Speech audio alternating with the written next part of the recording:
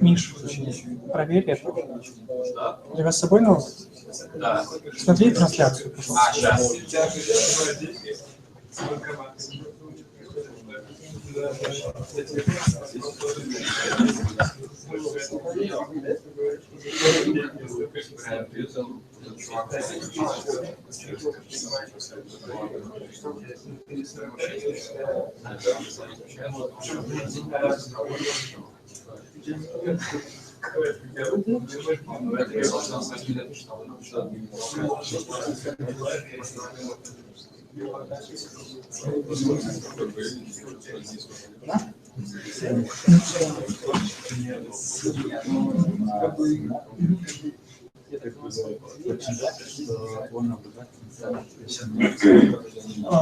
Знаешь, вот я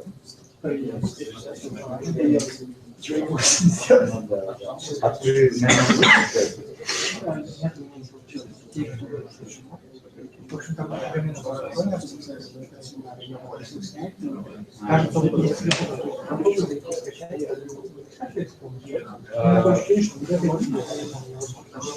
то есть как бы он здесь.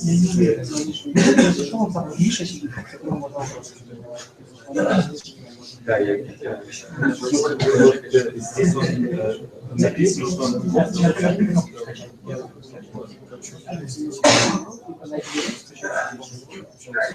трансляция идет. Серий. Идет трансляция. Мама, я режиссер. Можешь почекать, что...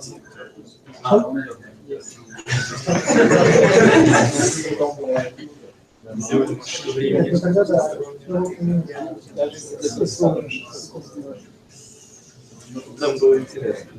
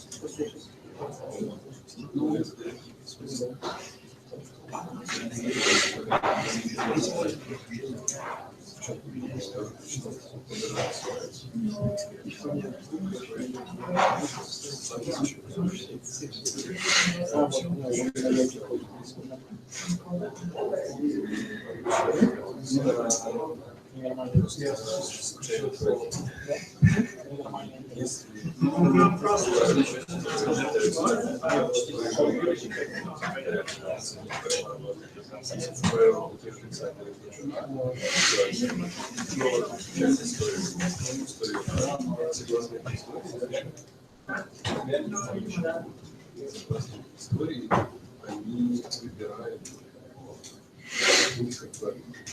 правильно, а он изучает по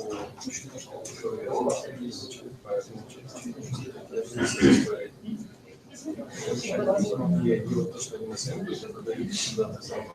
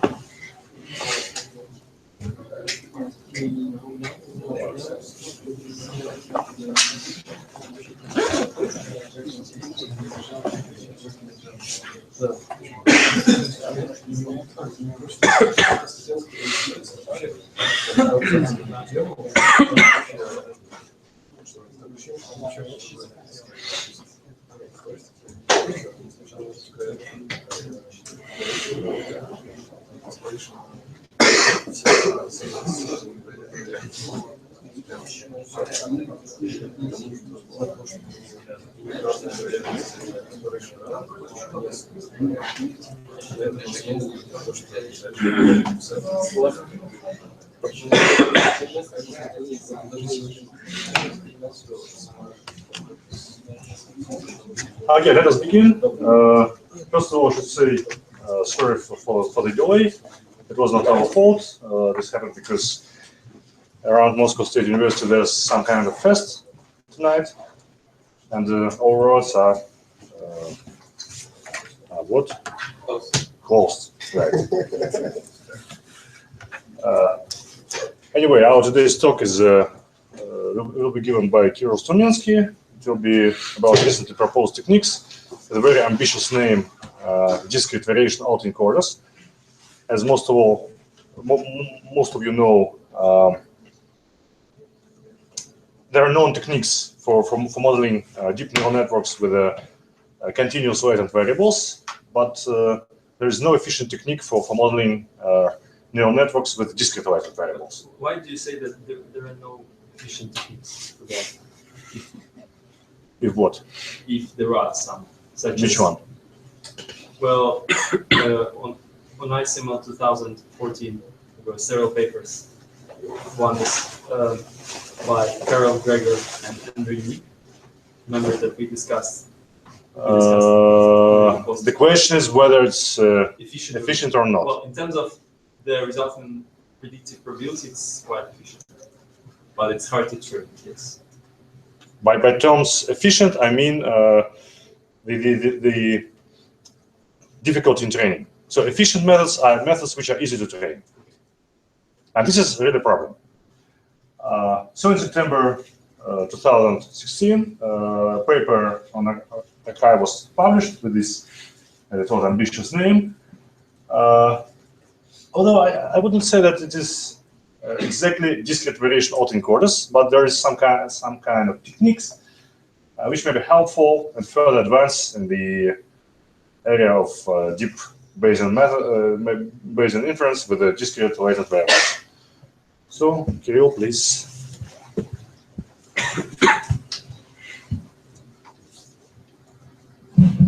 Okay, good evening. Thank you for the introduction.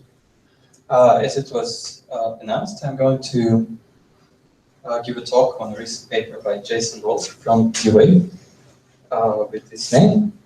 And this is a work in, sorry, technical issues.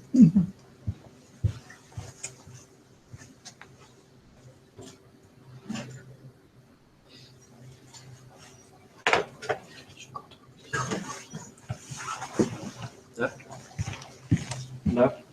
Okay. I'll use keys to switch slides. This is a work in area of unsupervised probabilistic modeling, in which we want to estimate distribution over dataset points. And the most simple approach is to select a family of parametric distributions and feed the parameters to given data. And here are several Gaussian curves that symbolize parametric methods. And the most fruitful approach to coming up with more complicated distributions in machine learning is introducing latent variables. You assume that besides given data, there are some unobserved.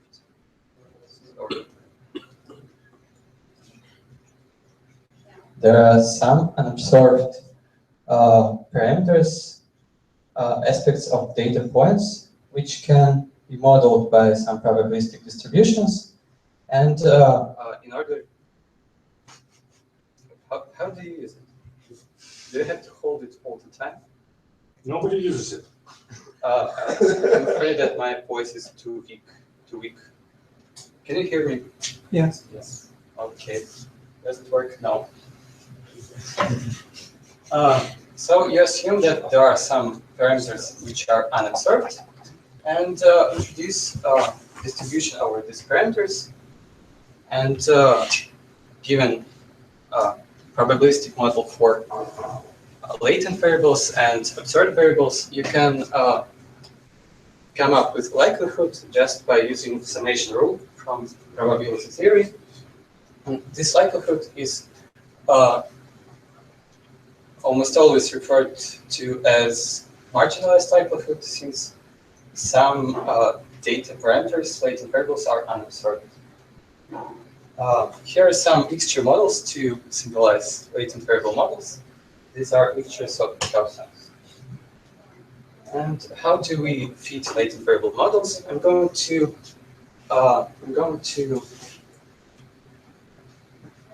repeat some ideas from the previous talk in order to make my talk exactly. How do we fit it? We just, like always, we start with, just like in methods, we start with maximizing likelihood. However, now our latent variable models are a bit different, and if we try to fit the parameters with a simple gradient descent, we'll have such equation, which hints that in order to estimate gradients, we have to know posterior distribution over latent variables. We have to know something about latent variables, and in practice, inferring this posterior distribution is almost always intractable. How can we derive this equation? Do I have to use Blackboard? It's pretty obvious. Yes. No, for me, yes, but I'm not sure that it's obvious for everybody here. And there are all. I think we should find. I don't know how it's called in Russian. There is a break. There is a whiteboard. Ah.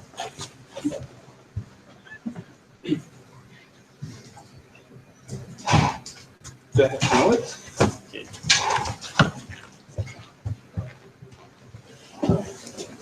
And there are some probabilities there. Quite nice.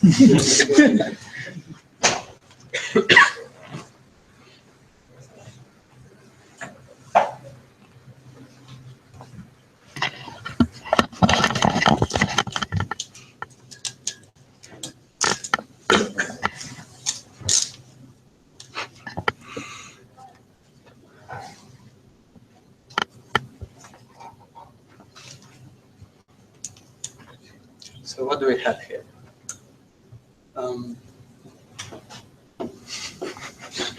Can you see it? No. Okay.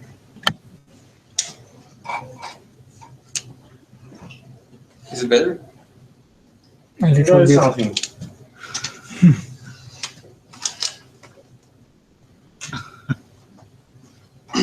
Is it whiteboard marker? I'm afraid it's not. Then you should not use it. And there should be some good markers, because I use them during my Wednesday lectures.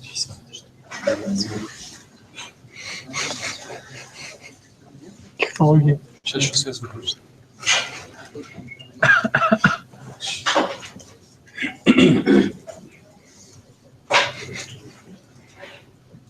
Try this.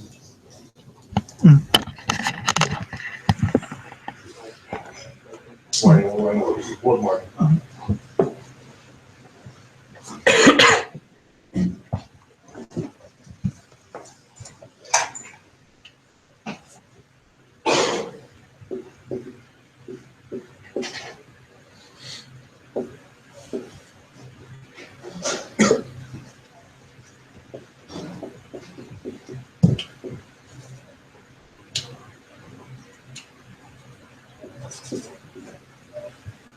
Because we'll need whiteboard anyway. Okay. So I'll replace integration with summation. It doesn't matter. First, you calculate the derivative of logarithm, and you get this sum.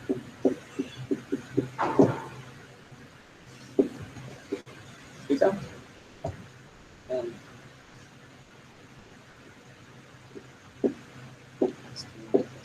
Z prime.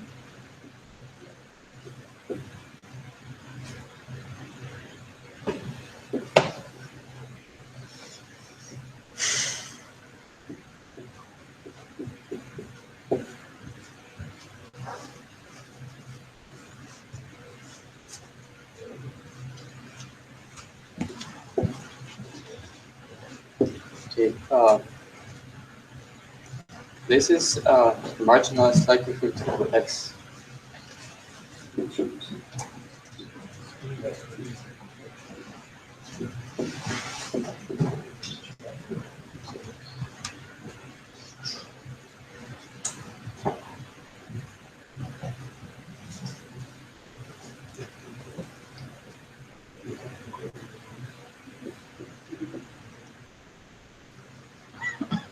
And here we use trick. We replace this okay.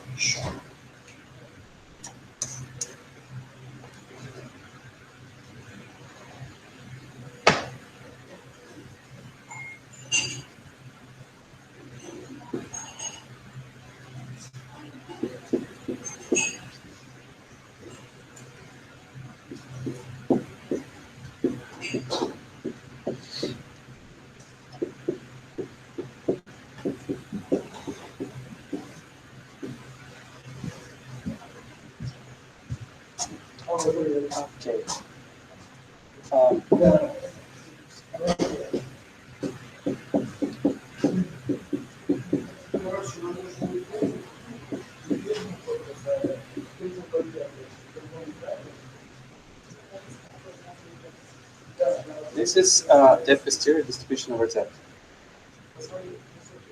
with respect to which we are taking average there. And all we have left is the derivative of logarithm.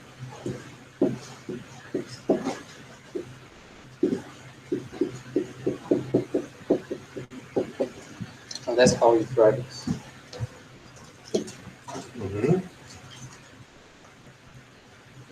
It's pretty straightforward.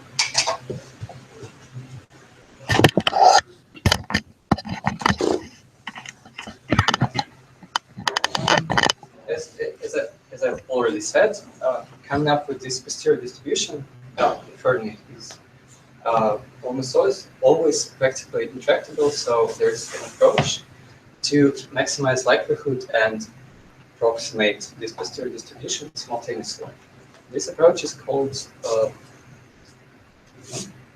variational. And since the paper I'm going to talk about today is called Discrete Variational autoencoders, this framework is really important. How this works? You set a family of distributions to approximate posterior distribution. I'm going to talk about approximating posterior distributions for another hour, and I'm going to always use notation phi to denote parameters of approximate posterior distribution. And besides that, you set an objective, which is called evidence lower bound. Evidence is another name for marginalized likelihood. And you optimize this objective with respect to parameters of our model theta and with respect to parameters of our approximating posterior q. Why does it work? Why does this maximization approach work? There are two nice properties of this objective. It's always less or equal than log of marginalized probability. And this inequality is tied on if and only if the approximation to posterior is exact. Described by these two properties, people use this approach to fit probabilistic models. So what happens if we compute gradients of evidence lower bound straightforwardly? We're able to compute them, and here they are. I computed them. Also, I expressed them as averages over Q, because another problem with this approach is the fact that analytical estimation of gradients is also almost always intractable, and we have to come up with stochastic estimates for gradients. Excuse me, why did you subtracted 1 there in the second equation?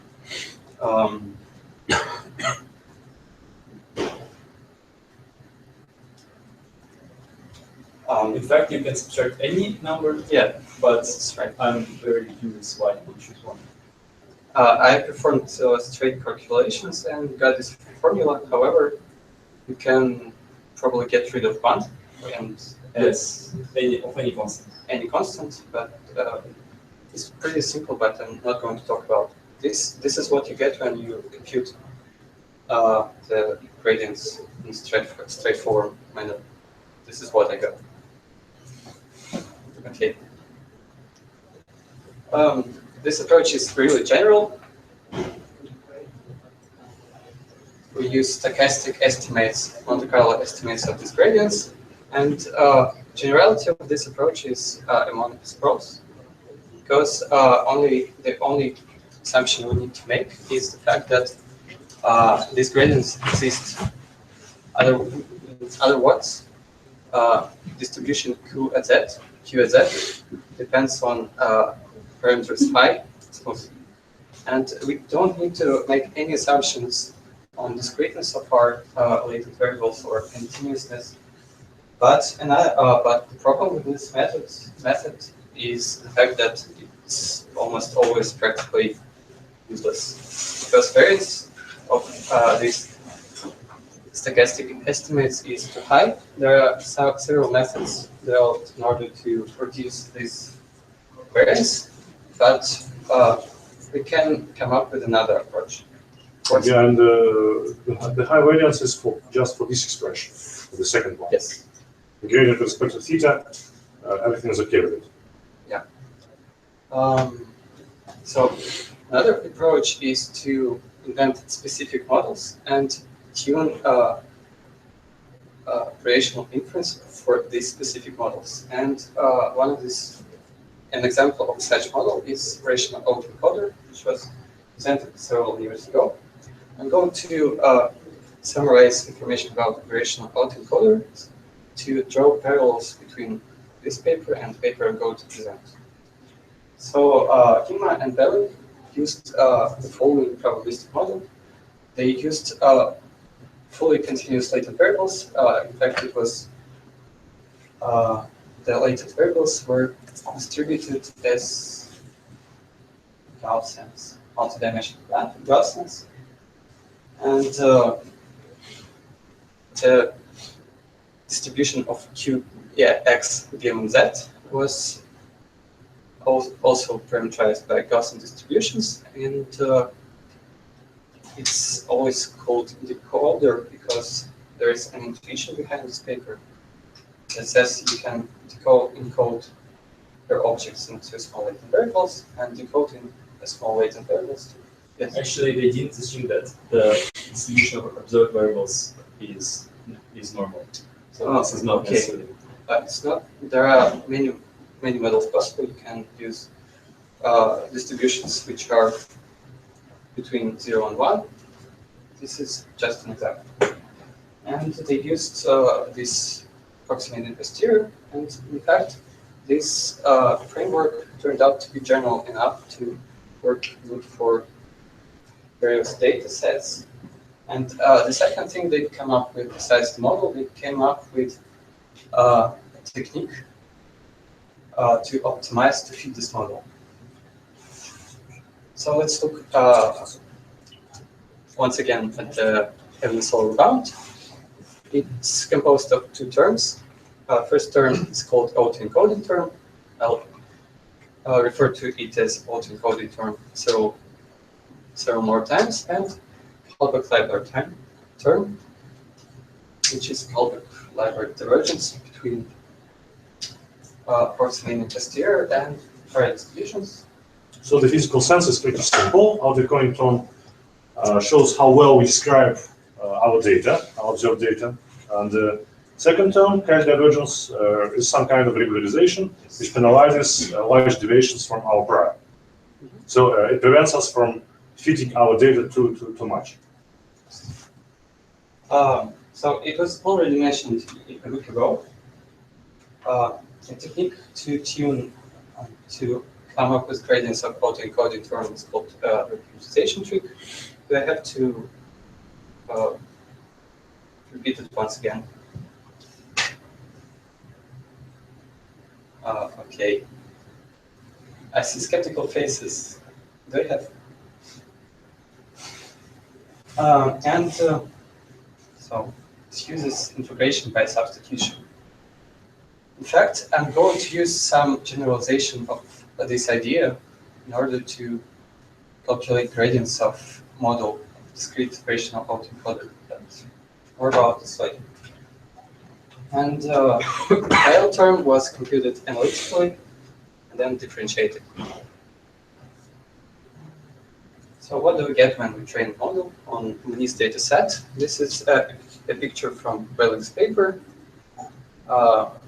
A model trained with two-dimensional latent variable, the whole plane fitted into this small square, and different points on the mesh correspond to samples from the model with fixed latent variables.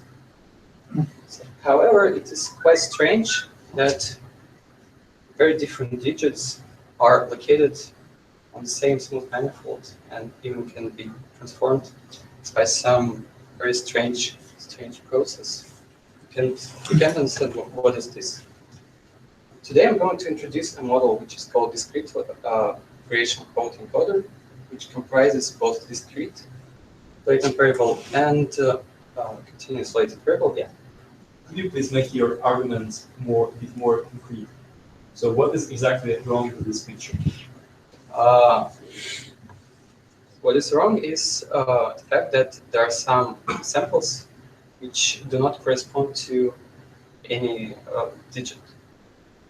Okay, and you think that this is caused by the continuity of latent variables? Yes. But why do you think so? There are many reasons why this could happen.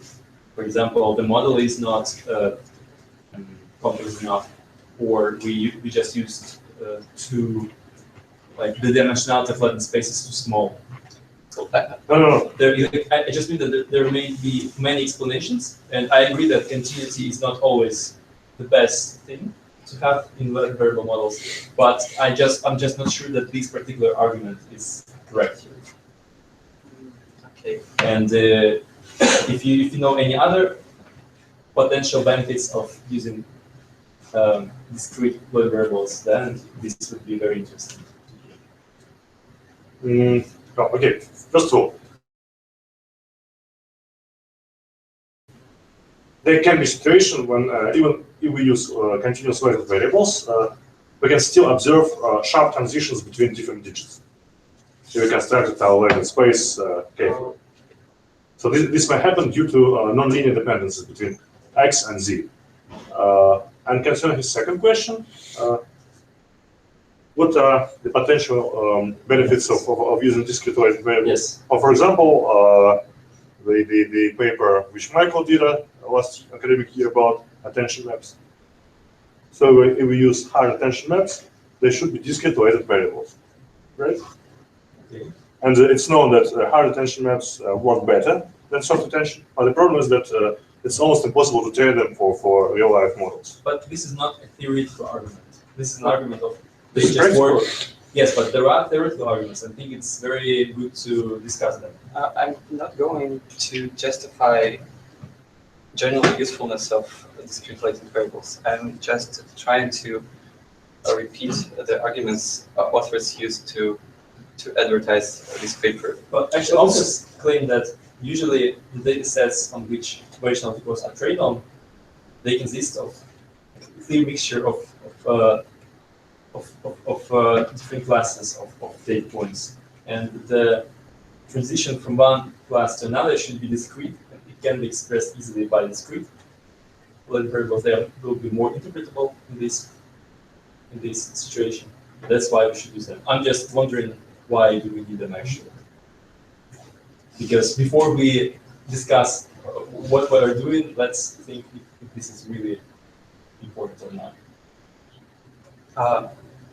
I have an opinion on this paper. Well, I believe that this particular model probably is not very important, and this argument that data sets are comprised of discrete classes is not very strong. However, it may be useful to get familiar with the tricks they use in order to train this model.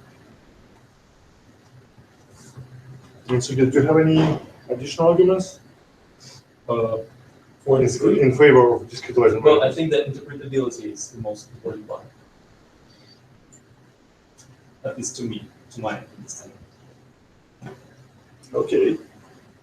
My personal experience shows that there are, well, at least. And you actually, sorry for interrupting you. I think that they also consume less space. Because, so if you consider experimental results from this Gregor and Nick paper, they achieve better log likelihood, better test log likelihood, using binary Latent variables of dimensionality such that the results in complex Latent variable is much smaller than, let's say, 50 Gaussian, 50 continuous Latent variables in Kingma and Bellman paper. So they used more. Well, I'm trying to say that they used the same dimensionality of Latent variable, but since it's binary, yeah, you use 50 bits instead of 50 floor 64 numbers, whatever. Okay. So this probably means that it's more compact. It's more compact representation. So to conclude, it's all about building internal representations of data. Sometimes it's more useful to build a continuous representation, but sometimes discrete representations can be more beneficial. For example, we're interested in building binary code of the objects which we observe. In this case, we have to introduce discrete Latent variables. So up to now, we know how to build these internal representations with continuous Latent variables, but we can't do the same for large-scale real-life problems with the discrete Latent variables. So this is the topic of today's talk. Okay, so now I'm switching to defining the new model. Any questions so far? Okay. So once again, first I define the probabilistic model. It uses two kinds of latent variables, discrete binary latent variables Z, and continuous latent variables in segment zeta. I'll always denote latent variables with various kinds of letter Z. And we have such distribution for prior. It factorizes in this way. Now I'll define distribution over Z. It's pretty powerful. It's some energy-based model. And distribution R, you can see there are no parameters. This distribution is fixed by design. And you can see that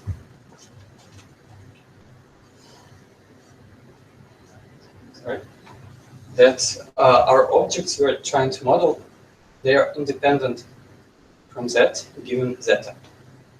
And it is the most important trick which makes this model work. Yes, and it's also worth noting that, well, it's not the equivalent thing, but it's worth noting that if you integrate over zeta, what are these additional, how do you pronounce? Zeta and Zeta. zeta. Yes, if you integrate over zeta, the marginal likelihood will be the same. Well, introducing this R, this distribution R, doesn't change the marginal likelihood of X. So this is the so-called reverse model. Okay. Say again, please. If you integrate, so suppose that there were no zeta in your model. Let me try to formalize it on the whiteboard. That's probably the same thing, but a bit more explicit. So again, you want to integrate over zeta. Which distribution? The joint? The joint, yes, the full joint distribution. So we have joint distribution X, Z, Z. Yes. You may integrate it over zeta, and it will be the usual Latent variable model with no zeta. It will have the same marginal likelihood as if there was no R distribution R. Yeah, let's check. So here should be zi given zi, right? And this is what we denoted as R times P of z given theta. Oh, I'm sorry. So your x actually depends on that, right? Yes. Oh, sorry. Then sorry. Then what I said is wrong. I'm sorry. I just thought that this is the reverse model usually used. Autoencoders. Well, it generally does. Then No, if it depends on zeta, then okay. what I said is wrong. I'm sorry. And anyway, we'll need a whiteboard. So I'll sit nearby. Thank you.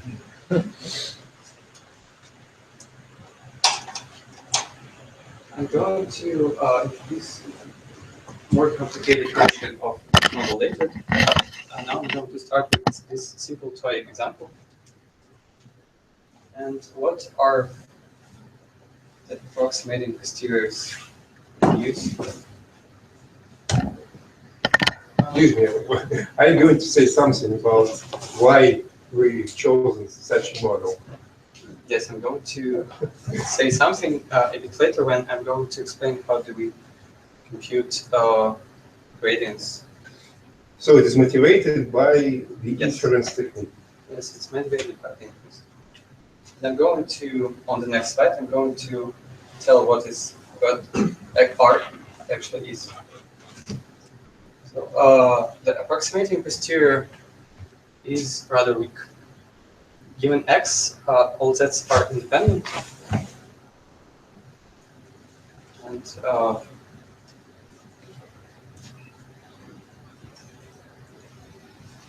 it's hard to model, it's hard to approximate posteriors which are defined by energy-based model with such factorial distribution. Do you agree? But for now, I'll use this distribution. Sorry, can you express problem a little bit more? I lose your band. Variational inference approximates posterior distribution over latent variables.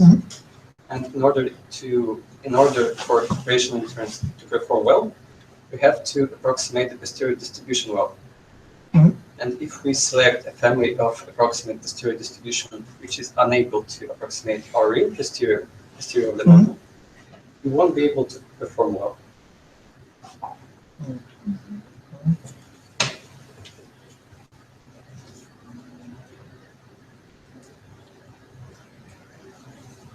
So here's distribution R. It's conditional on binary variable z, and when z is equal to 0, it's basically delta function, which means that all probability mass is concentrated here.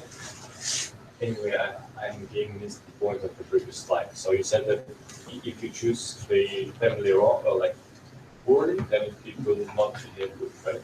But what this picture means, like how it's related to, how importance is related to this slide. This picture means that our distribution is the following. And from the scheme, you may infer that given x, all z's are independent. Which is unlikely in the real Struminsky theory. And this is just approximation. Yes, right. And this is our approximation. Yes.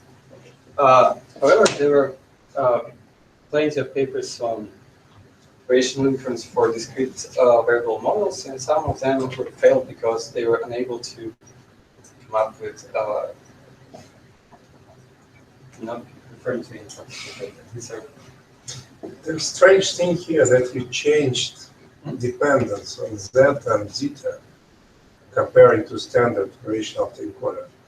Because in standard variational encoder, you should have a dependence like from x we go to zeta, and from zeta we go to z in our approximating posterior. But here you have a reverse situation. That is very strange. No, but we can. This is just product rule. We can decompose joint distribution on zeta and z given theta, however you like. Yes, but that's the point that it completely differs from the standard autoencoder. So we should Yes, but understand this is why we do so. the core thing in this method. Distribution R and Z are just used to perform inference. They don't have any physical computation behind them. They're used to switch from discrete binary variables to continuous variables somehow, and then differentiate. So here we use zeta just for simplicity, like this. Did I convince you? Okay, let's move on. Once again, what's the distribution part?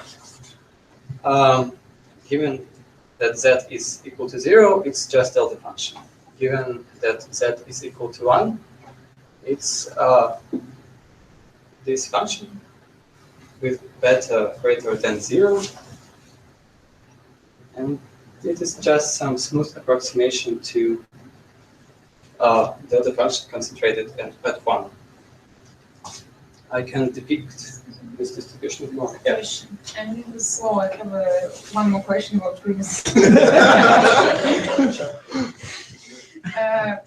Am I right that we can like choose this Q distribution in like whatever we want, but not everything will work. So they like just do it in this way, and this works. Yes. Or what?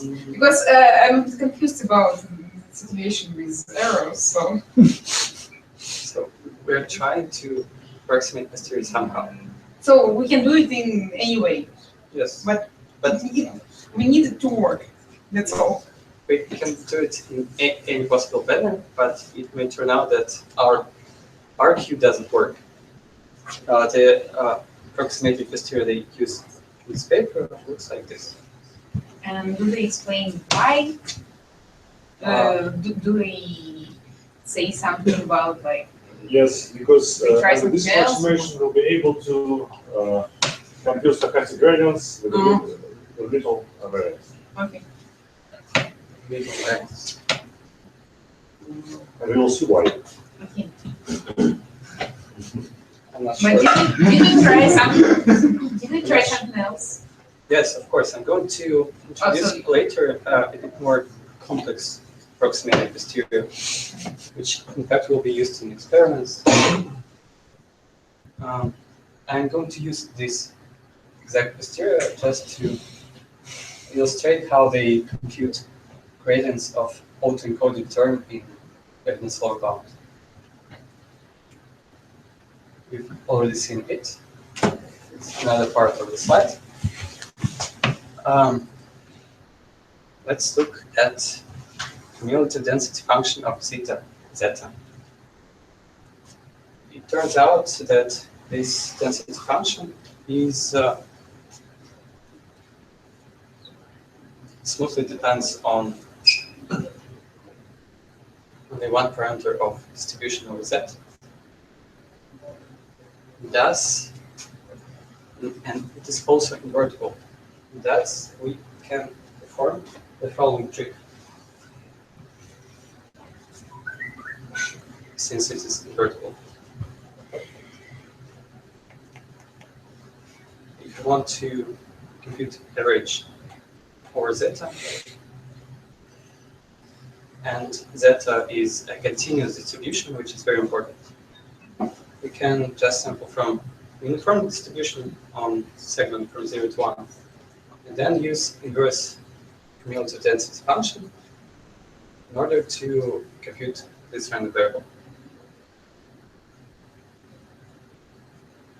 So this is some kind of representative trick. Yeah, this may be viewed as a generalization of representation trick used in Welling's paper. Any questions about this equation?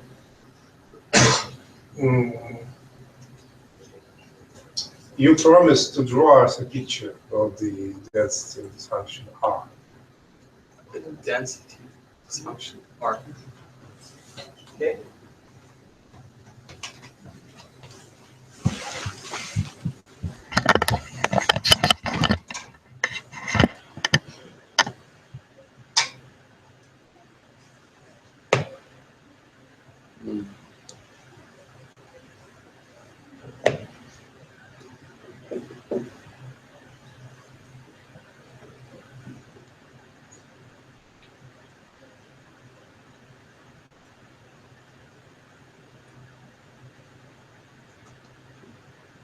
something like this. Well, what are you drawing? Just the function R, Yes. it has 2 points. What this curve means? 1, 2 points. It's Density function. density Z. function of That continuous is size discrete variable. variable. No, Z is continuous. zeta is continuous. Let me switch to that. That's what it is. Z is discrete.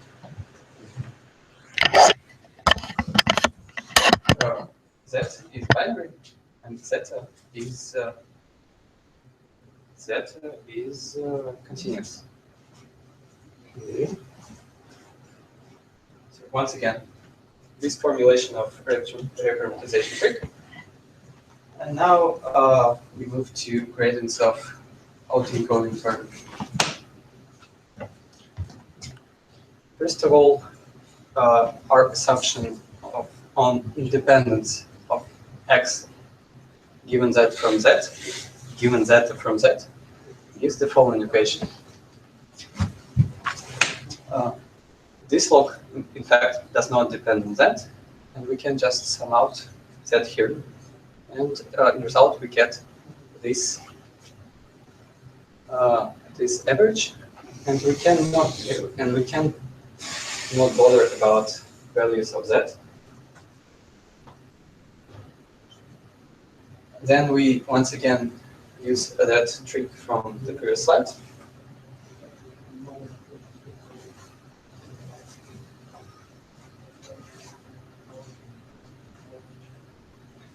And this trick allows us to differentiate under integration sign.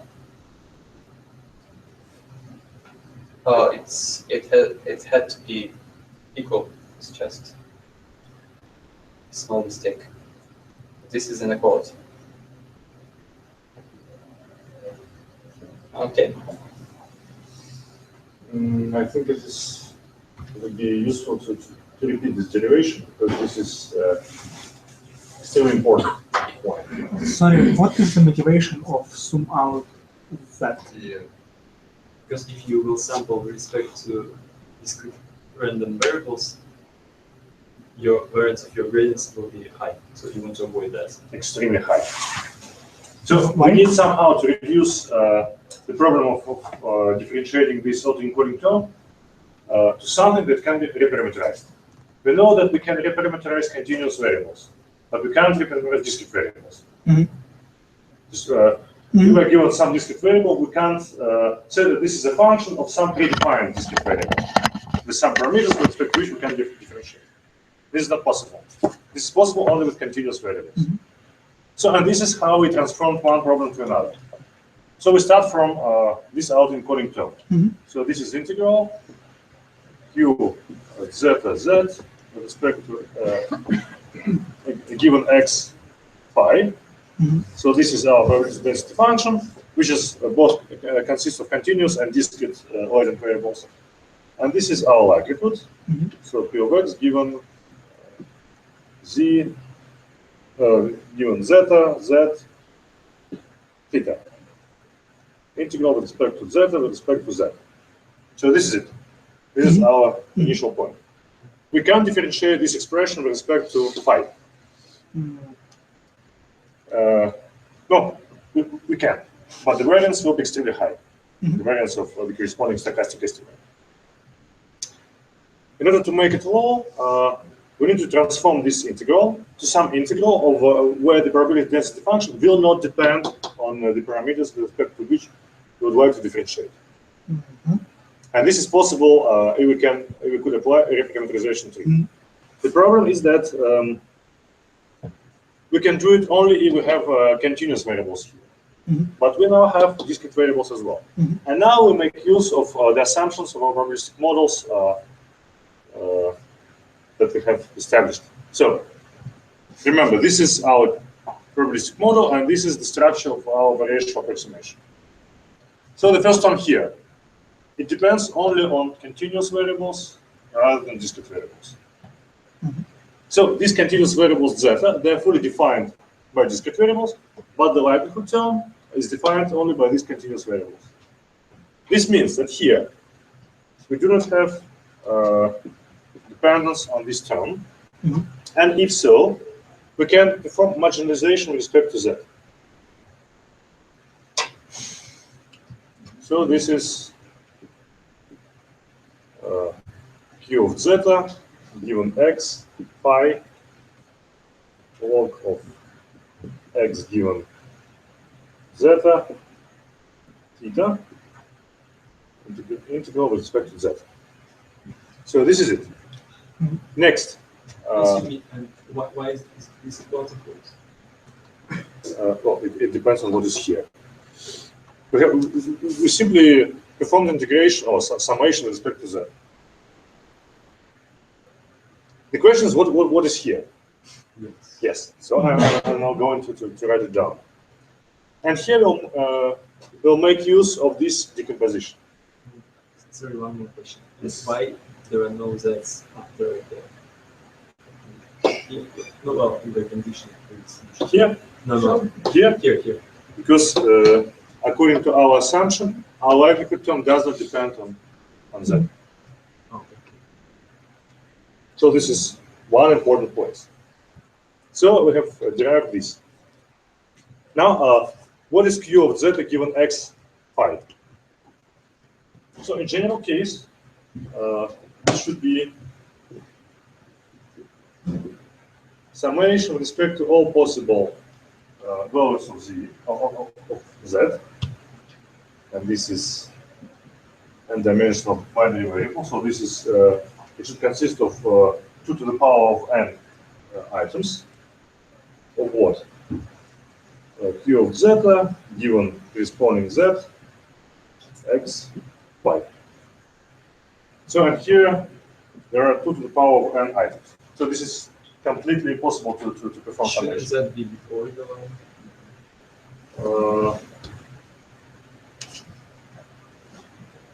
Yes. And now I'm making use of this assumption. So we see that our joint variational approximation consists of one term, which is exactly the term from the prior, R. So we do not optimize with respect to it. This distribution is fixed. And Kirill has shown an example on the previous slide of such distribution. And this distribution factorizes. This is our assumption. Function R in the distribution R is also factorizes. This means that instead of 2 to the power of n items, we simply have product with respect to each latent variable, summation with respect to this single latent variable that has just 2 values of what? Q of zeta I given zi, and actually this is R. Okay, all right.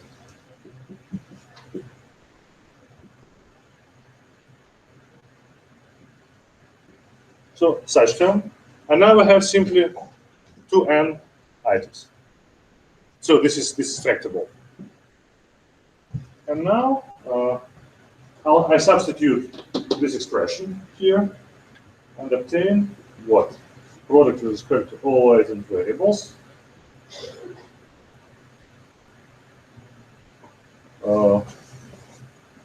R of zeta I given 0 times Q of zi equals to 0 given x phi plus R zeta I given 1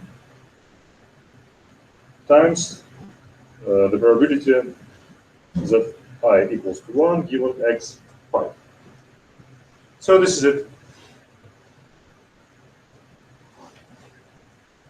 And now pay attention. This term and this term, they're fixed. The only terms that depend on phi are here and here. And you can replace Q of Z. Well, the first Q you can replace with 1 over second. 1 means minus second Q. Yes, yes. So if I now substitute, say that this is some quantity q that depends on phi, and say that this is simply product with respect to I of what r zeta I given 0 times 1 minus q plus q of phi plus q of phi times r zeta I given 1.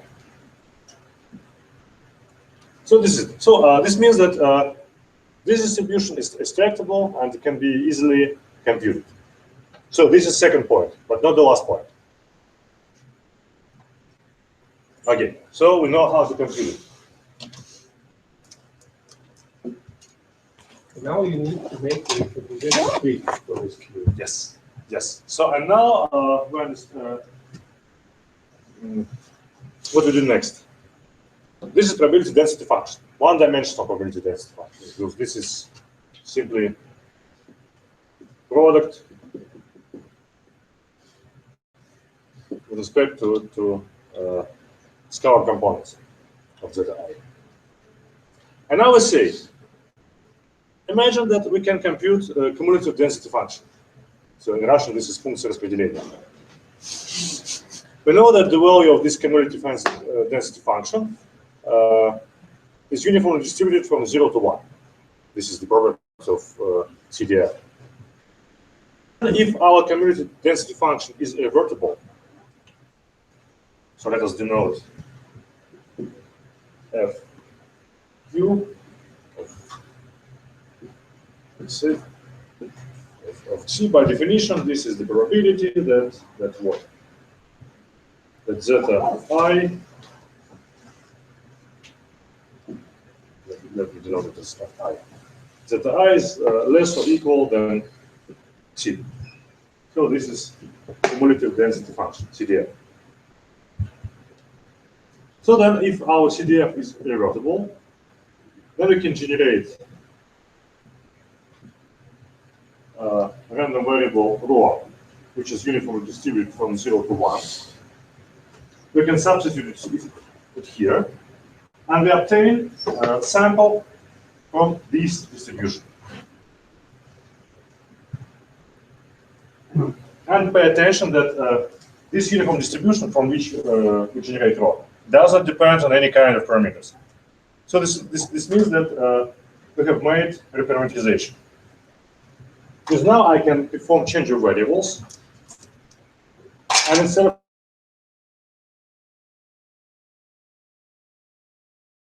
integrate with respect to, I will say that my rho is uniformly distributed from 0 to 1. And I will say that my zeta I simply deterministic function of this rho. Then this probabilistic integral turns to what? Product with respect to I from 1 to m.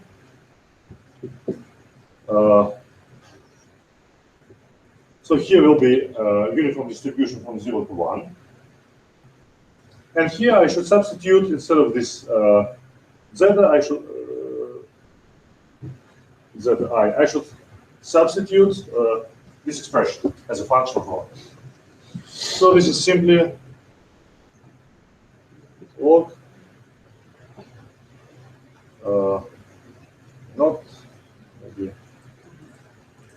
this is multidimensional variable. May I be completely honest with you? Here zeta is actually multidimensional.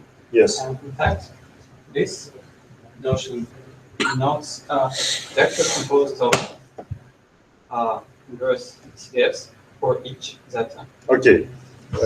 This is also possible. So let us define multidimensional variable zeta as vector function f inverse of rho. So this is vector which composes of f1, f2, fm. So just we'll use this vector notation. Then this is simply log p of x given vector function f inverse of rho and theta. And the integration is performed with respect to rho. So this is it, from 0 to 1. And now, of course, nobody computes integrals. We'll use Monte Carlo approximation here. So this is this was our autoencoding term. So we need to differentiate it with respect to phi, right?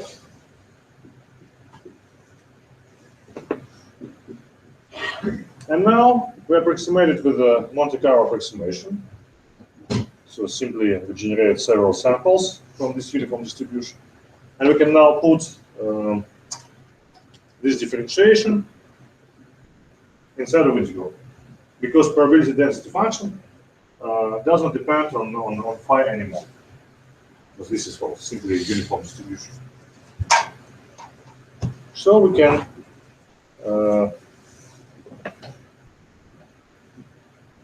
generate k samples and substitute them into subintegral expression. And we'll obtain something like this. So f inverse of rho j.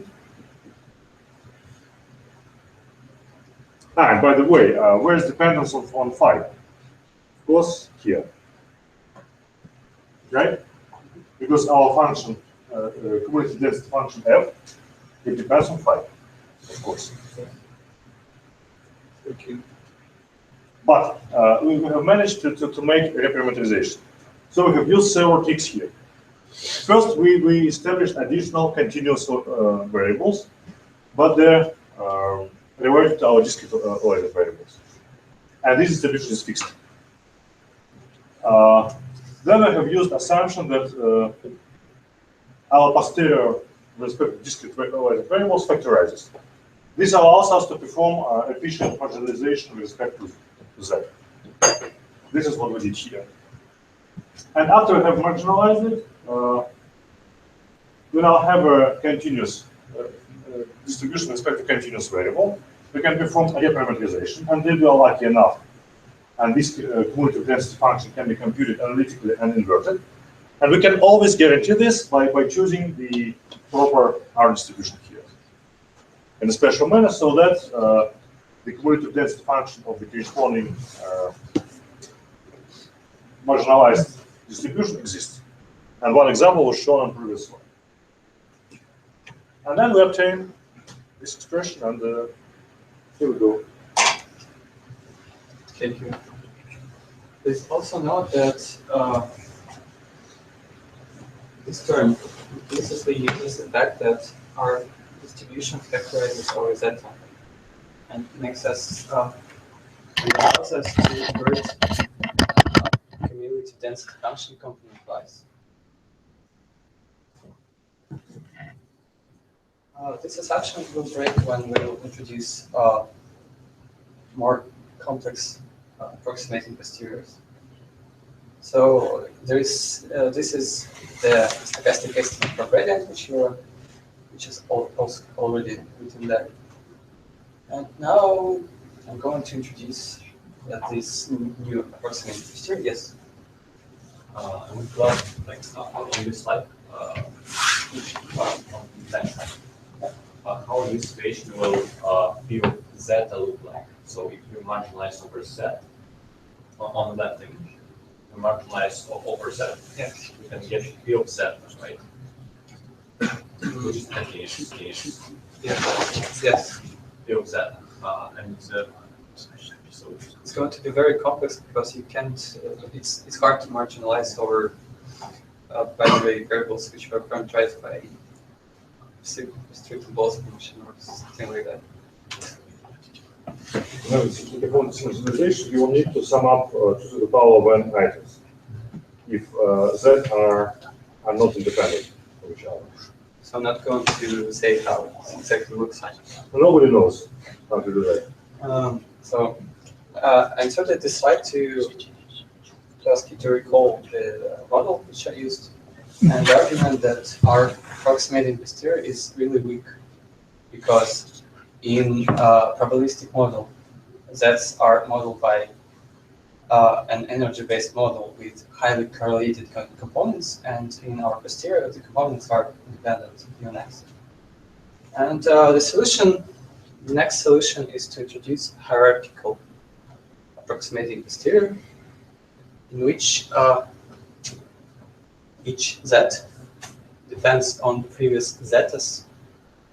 For example, z2 depends on zeta sub 1, and z sub 3 depends on zeta sub 1 and zeta sub 2.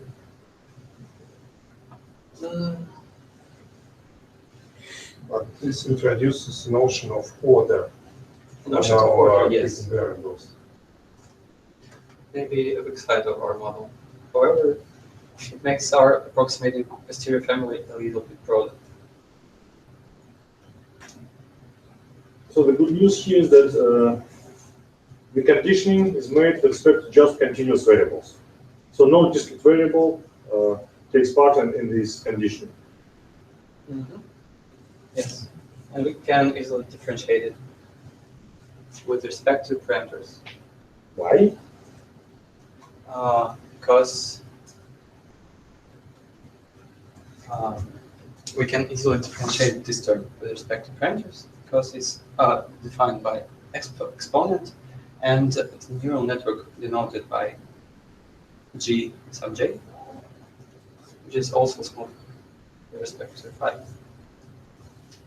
I have neural network with input that have different size. There are several neural networks for each j. For each j. It's an extremely complex model. Yes, but all they have the same parameters phi. I use parameters phi to denote all the parameters which refer to approximating posterior for the simplicity. So these networks are not actually connected somehow. They don't have time They waves. are not connected, but you can get creative.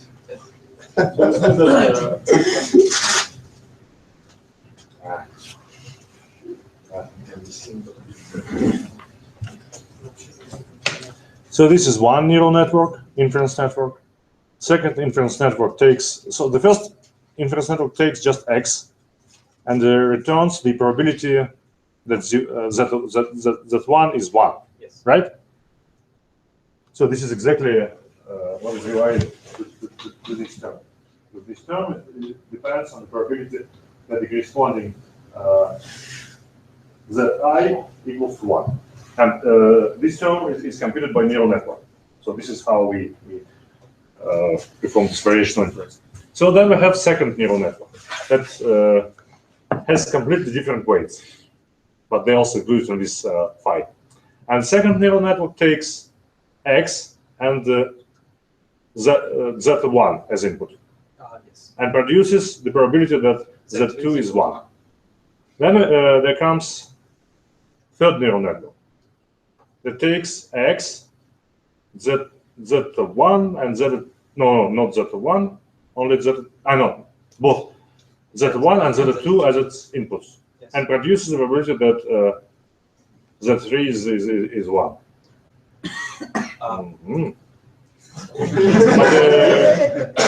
Maybe for some networks.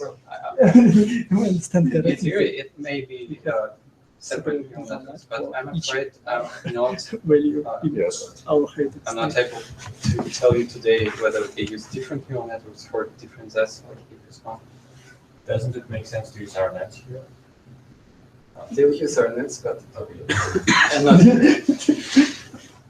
So Yes. can we marginalize over zetas? Can we marginalize over zetas? Can we have q of z given x For in an analytical form?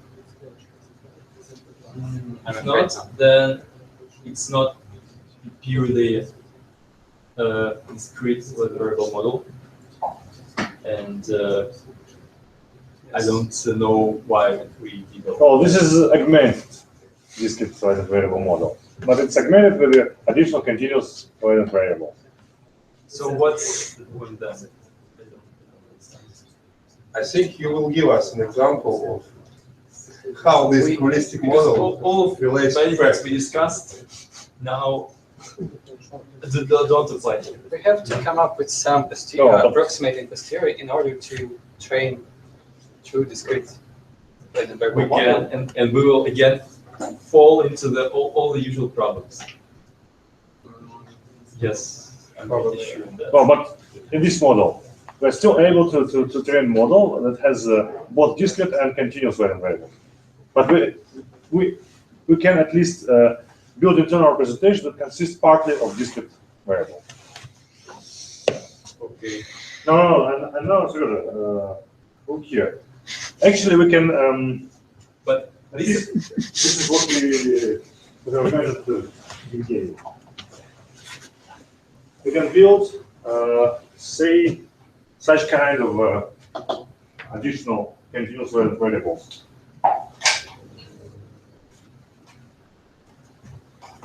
Sorry, can you repeat your question? Sorry. I just I try don't. to understand what you're talking about. Well, since we can't just have q of x z given x, assuming that we can't have this distribution in this form, then we can obtain purely binary features through the binary feature representation. So the argument of compression doesn't apply here. Oh, you mean that if you have X, you can replace Z? Well, You mean this? the representation is not purely. Yeah, It's you not need purely- Z to understand. Yes. If we believe in What this variables? interpretability and compression, then we lose it here, because there are continuous variables which destroy everything. And Nevertheless, even if we lose these effective properties, there is at least something. It's better than nothing. And now here, this is view of Zi given x compiled, where Zi was marginalized out. So this is one Laplace distribution, another Laplace distribution, which can be very narrow. And then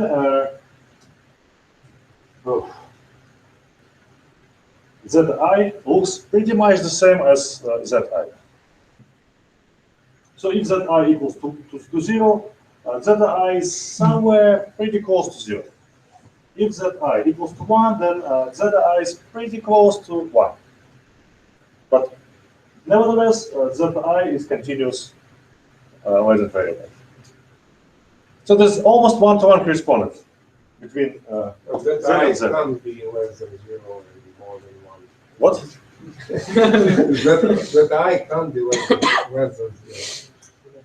Mm, It is one. But that depends. There was no strict assumption that, or was it, that Zi should be between 0 and 1. Remember any. I don't think that these constraints are essential for the model. This one, I have one further. This model crucially relies on the fact that even the fact that Z is equal to 0, this is delta function. Why? We'll see if I See you later.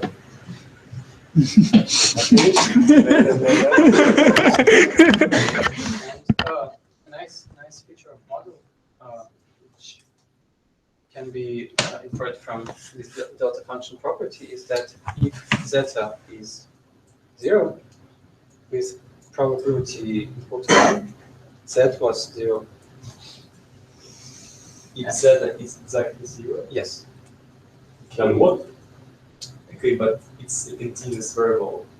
Will very rarely exactly 0. No, It will be that's what exactly varies 0. from Z, which was Okay.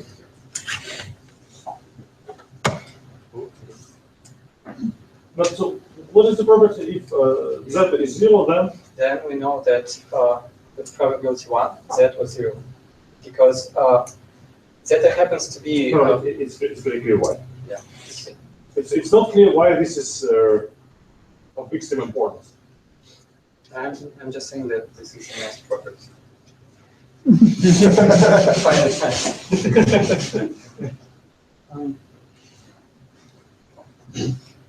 So as I said on previous slide,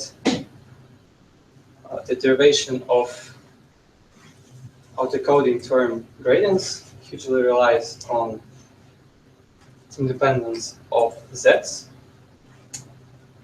And in order to augment our model to this approximating posterior, we'll have to replace just plain CDFs with conditional CDFs, but I'm not going to present this derivation here. It can be found in Appendix A in the paper. I'm afraid we're running out of time. What about gradient of autoencoding term with respect to theta? Are there any problems?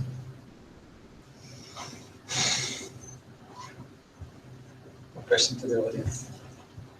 Definitely. Okay. There are no problems with autoencoding gradients with respect to theta. And now, What about normalization constant? where? Because here you mentioned that this is a complicated distribution, which includes highly covariated terms. Yes. But then we can easily write down energy or unnormalized log likelihood for this distribution. But what about partition function? But this term is not included when This term is not included when we compute autoencoding term gradients. Yes. But it will be included when we compute Fair Kalman-Kleiner divergence. So you'll mention about it later. Yes, I'm not going to go fully through these derivations, but I'm going to highlight the most important. No, but this is important question. Yes, I'm going to say where it goes. Okay.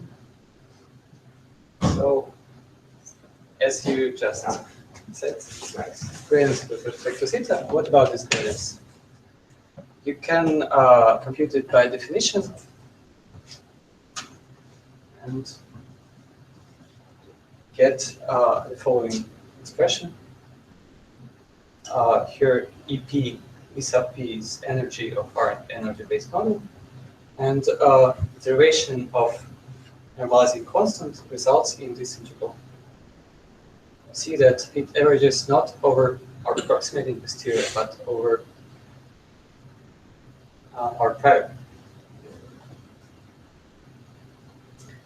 And when we compute stochastic approximations for this gradient, we'll have to sample from our prior, and our training procedure will vastly rely on how good our samples are.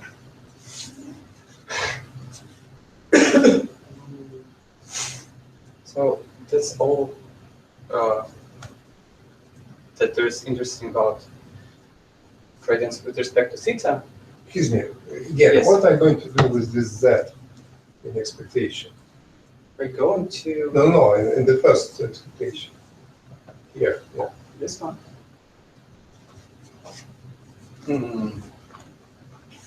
But we can easily generate sample from this distribution. Uh, It's factorizable. We'll factorize this probability with respect to our model, and then authors analytical compute inner expectation with respect to that. And the only thing that there's and then there will be only expectations with respect to zeta, which can be computed using stochastic approximations, approximated using stochastic approximations. So did they use a recommendation tree for us once again? Yes. Yeah. Okay. No, they don't have to use the recognition trick. They'll sample from this one, but they don't have to use it because they're computing gradients with respect to theta, and there is no problem with differentiating density of zeta. Much more complex derivation is derivation of term gradients with respect to phi. It takes 3 or 4 pages, not really accurately written in appendix, but many pages to explain.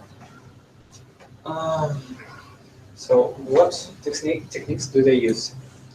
They again reparameterize with respect to zeta. They analytically compute expectations over that inside this term, and they explicitly rely on this property to compute the gradients of our energy. Write down which exact term they need to compute.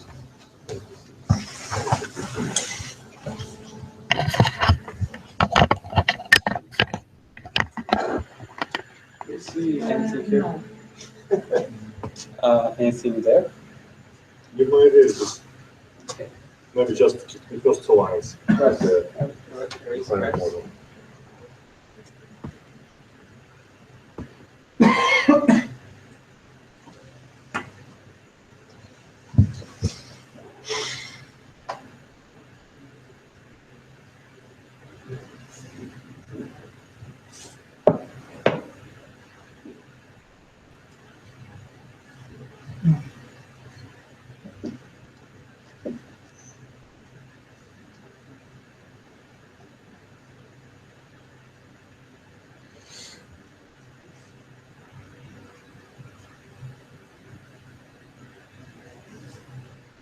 Fine. Not zero.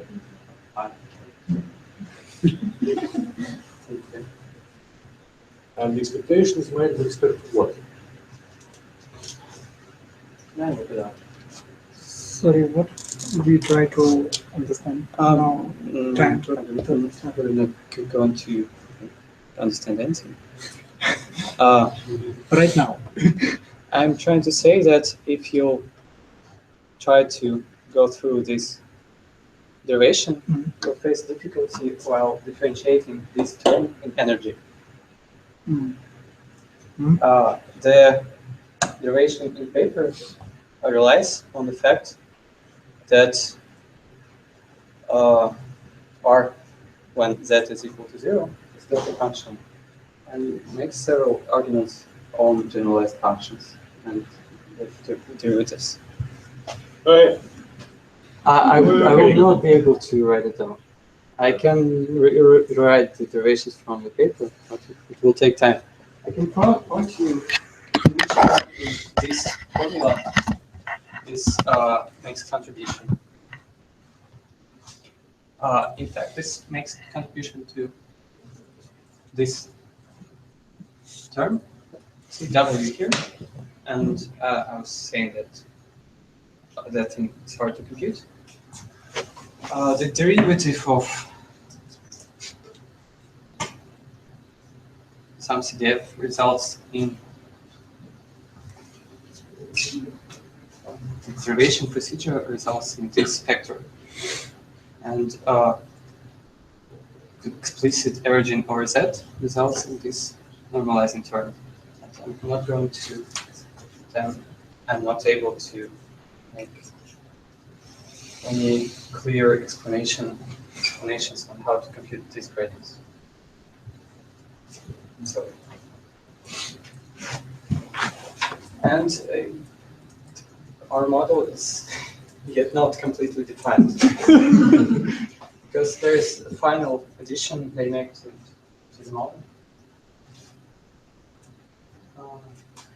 So this is where we are now.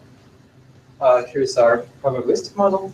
Here's our approximated criteria, and then they add, after zeta, layers of continuous latent variables, which work just like latent variables in variational autoencoders, or some more recent papers like in recurrent latent variables for. I have a link to that paper. So they make here that the gray rectangle represents the whole model we have built up to this point. It is the probabilistic model, not based zeta, and layers of new continuous latent variables, which here are denoted by Gothic Z, but due to font conversion problems, they turned into Zs here. They're meant to be Zs, Gothic Zs here. So they continue. Yes. Yes. all these variables are continuous, but all these variables are continuous. Sorry, what we trying to do now? I want to do work we're trying. So the intuition behind the paper is that we can select using discrete variables from that using discrete variables we can select from various continuous manifolds. These I can't understand. What? Sorry. No, this is quite interesting. using discrete variables we select from different continuous distributions which describe our data. We assume that our data sets can be are composed of discrete classes of points, and then we want to build a probabilistic model which trains to use discrete variables to select from dataset class. Oh, and then you like use continuous variables Yes. to explain one manifold. One class. Yeah. For example, Is it similar to mixture model? Something like this. it's somehow similar, yes. Well, this is almost equivalent mixture model. Then In mixture model, there's some even less clear to me why did we have to invent all this new machinery? Use mixtures of latent variables, like continuous mixtures of continuous latent variables right away. So, Continuous mixtures of continuous variables is not the same as discrete continuous variables. but it's not less strong. I'm not sure. Can you, There will be some properties. can you specify the place of the block in our general framework? the place of which blocks. This Once block. again, I can't understand where we are We need using. example. Yes, sorry. May I first explain the schemes once again? Okay. Here is the model we have built. Mhm. Probabilistic model and approximate prime. Mhm. I'm representing this complex probabilistic model by just one greater rectangle here.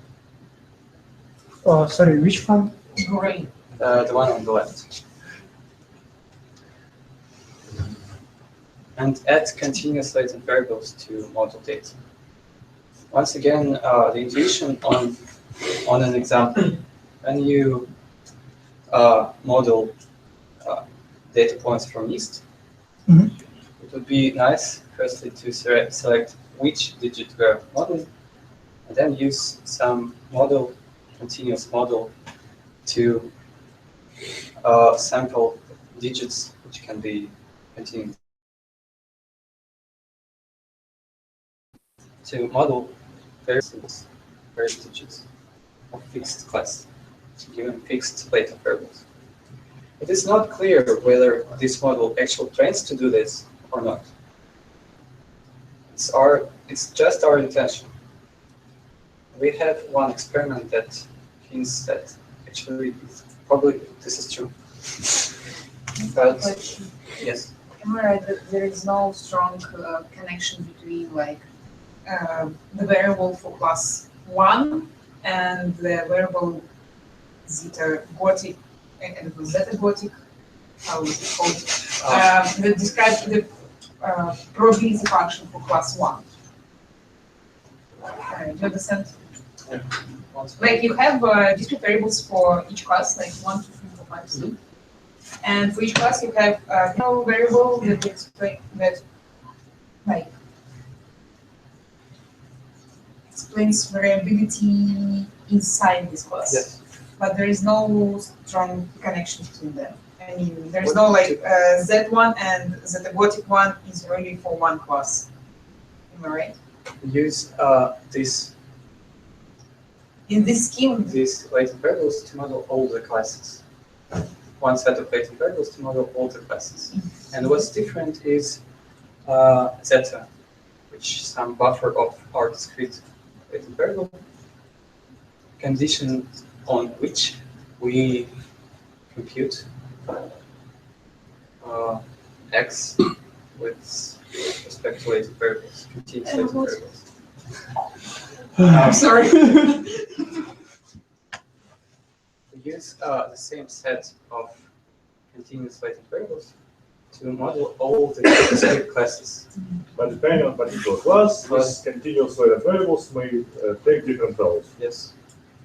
Please proceed. Thank you. Okay. Almost the same. Approximating posterior, a little bit different here, it depends on x. And same problem again. Gothic sets on scheme are looking like latent sets. This framework adds new terms to our evidence lower bound, which can be computed and differentiated by traditional frameworks with fixed zetas. Zetas are sampled. And I'm not going to explain how all these new terms are differentiated and computed. You can consult, for example, this paper.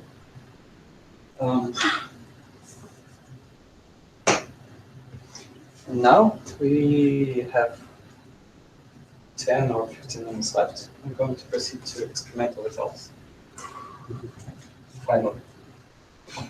First of all, some numerical results. Authors claim to outperform all the existing state-of-the-art models with such likelihoods. But what was the dimensionality of latent variables in different models? I think I won't be able to say. Sorry, is it your result or No. Today I'm presenting the paper by Discrete. There are no results by me because Okay. I'm not able to say what was the dimensionality, sorry, but I hope that it was the same as for the models which are used here. However, What about the particular probability for this Gothic Z from Mr. for example? How do they choose? how do they what?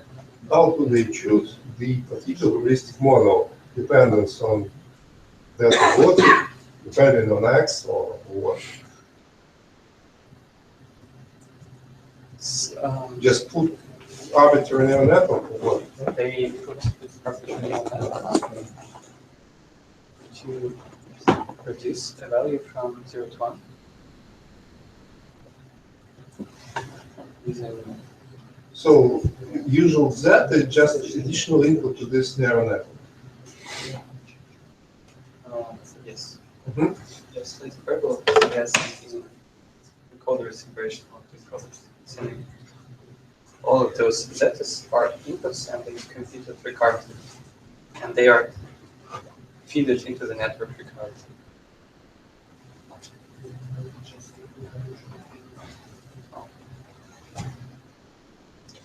The computational results can be interpreted in various ways. And here are some results on properties of our probabilistic family and approximating posterior. This is a graph from the paper, as I've already said. Approximating posterior family is rather weak, and our probabilistic model is very strong. So whenever we make the neural network, which models the dependencies between latent variables bigger, this model is prone to is starting to overfit. These graph represent all the neural networks they used. They had fixed amount of hidden what layers. means the color? The color means amount of hidden layers in neural network, which used to model the distributions. The values on axis X stand for number of hidden units in each hidden layer. And you can see that on test, this model starts to perform worse and worse. I'm afraid we can't see that because we don't see the region. So what is the blue line? What is the blue line? Is it very deep neural network or very shallow neural network?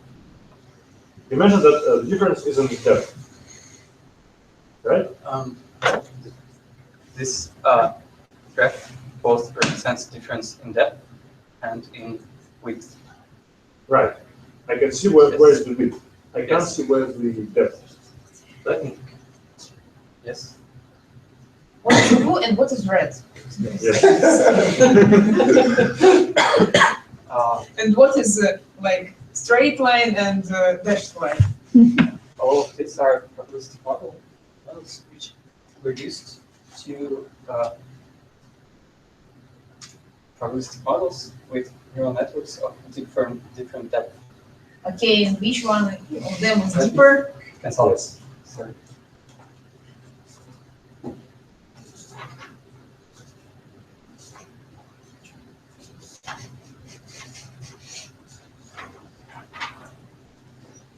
It would be much easier if you simply included this legend count Sorry. on the slide.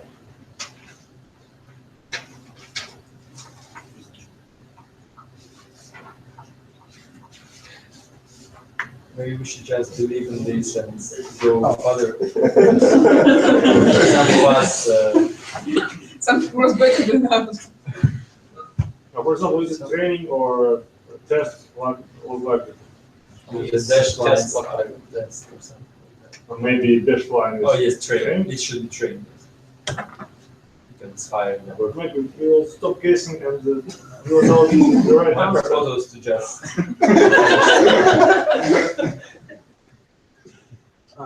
Okay. So solid lines correspond to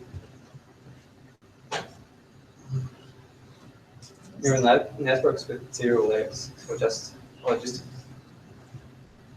logistic regressions used to model access on the list given latent variables. Okay, and dash And line? dashed lines correspond to models with one hidden layer. Mhm. So not test and train all variable, completely different things. And how do we think, Kirill? Should we? How could we come up to this conclusion? Well, I was saying something about the Okay, what is the difference between blue and red? it's not written there. I can see it.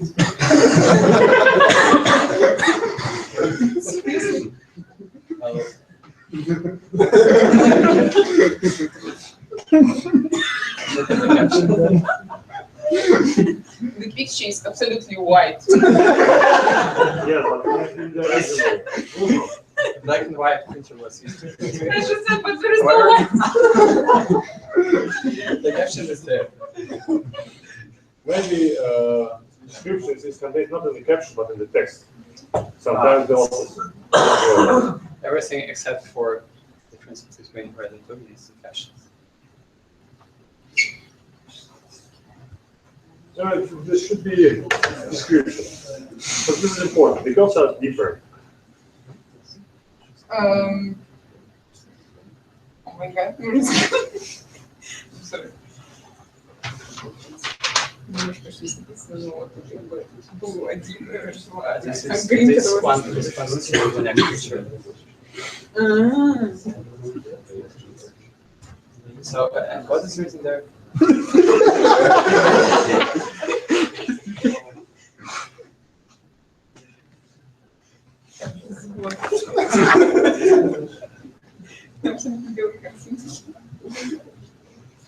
Oh, it's pretty obvious. Blue, red, green. Remember the order. So the next picture presents experiments. We're not able So to. we don't recover- want to think about this picture, oh yes. I've already said that all the things that I'm able to infer from the caption. I won't be able to read the paper right now. Let me switch to the next slide.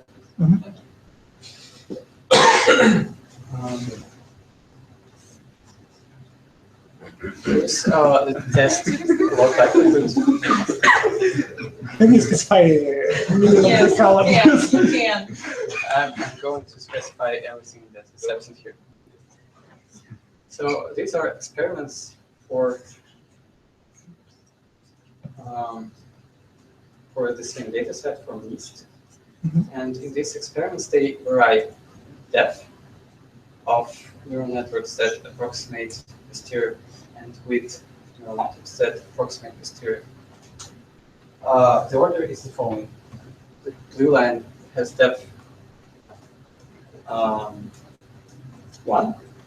green, red has depth 2, and green has 3. And on axis y, there is log likelihood test. And what about initial probability model? How many layers did you use? I mean the true probability. That's not written in caption, or I'm not able to present. V is 0. So it's like the Is there any yes. intuition why it's not monotonic? I don't have any. There is intuition behind race from blue to green, blue to red, but it's something counterintuitive about the green line. What do you mean? These are difficulties with training multi-layered architectures with distributed variables. Sorry? I think that maybe there are some difficulties with training multi-layered architectures with the distributed variables. Maybe this happens because of this. So, and the last slide for today. Visualization for mixed data sets.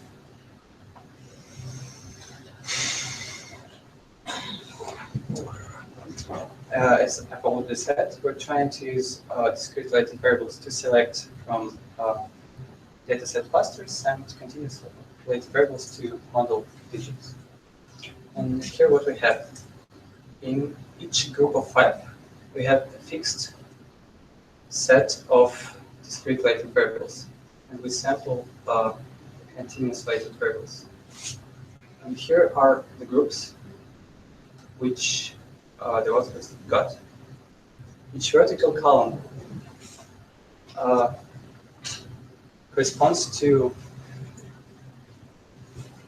discrete latent variables after several times after mixing. Once again.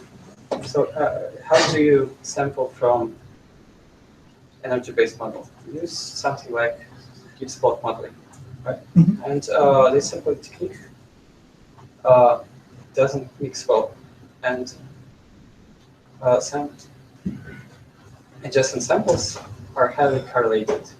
That's why we have to wait for a certain time in order to get a sample from discrete variable model that is not so correlated with previous samples. And these are adjacent samples. Each horizontal group corresponds to fixed latent variables. These groups correspond to adjacent samples, and each column corresponds to samples get by mixing. So we sample this, we wait some time in order for model to mix to get new. You sample like one line, yes? Which line?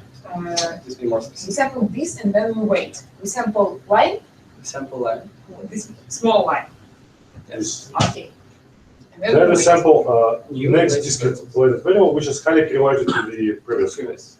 This is why these lines are pretty similar. And then within this line, we sample 5 samples of this continuous Z-weighted. Yes. Right. And then after we reach the end, the bottom of the table, We make we wait until next discrete latent variables will be uncorrelated with the previous one. This is why this group is completely different. Typically, they made 100. This explains why, for example, here in this group, 6 are turned to 2s. Because these are different values of latent variables. Although latent variables, discrete latent variables, can be correlated, we can still switch to different manifold. And this is where we did that. So we first started from manifold where the digit 6 lives, and then we switched to another manifold, probably quite neighboring one, where digit 2 lives. Right? Yes. And also you can see that, for example, here, when discrete latent variable realizations are fixed, we both model 4s and 9s. So our model doesn't work perfectly, however, it's reasonable. We can say that it doesn't work properly. Okay. It has no knowledge about labels of digits. So it only reflects the fact that 9s and 4s are sometimes look very similar. And this is right. Yes. So I would say that this is okay for the model. However, we can't tell the difference. But when you do like clustering or something like this, they usually look like this. So the clusters don't correspond to the digits exactly. Yes. So this is all for today. Thank you. Okay, so let us thank the speaker.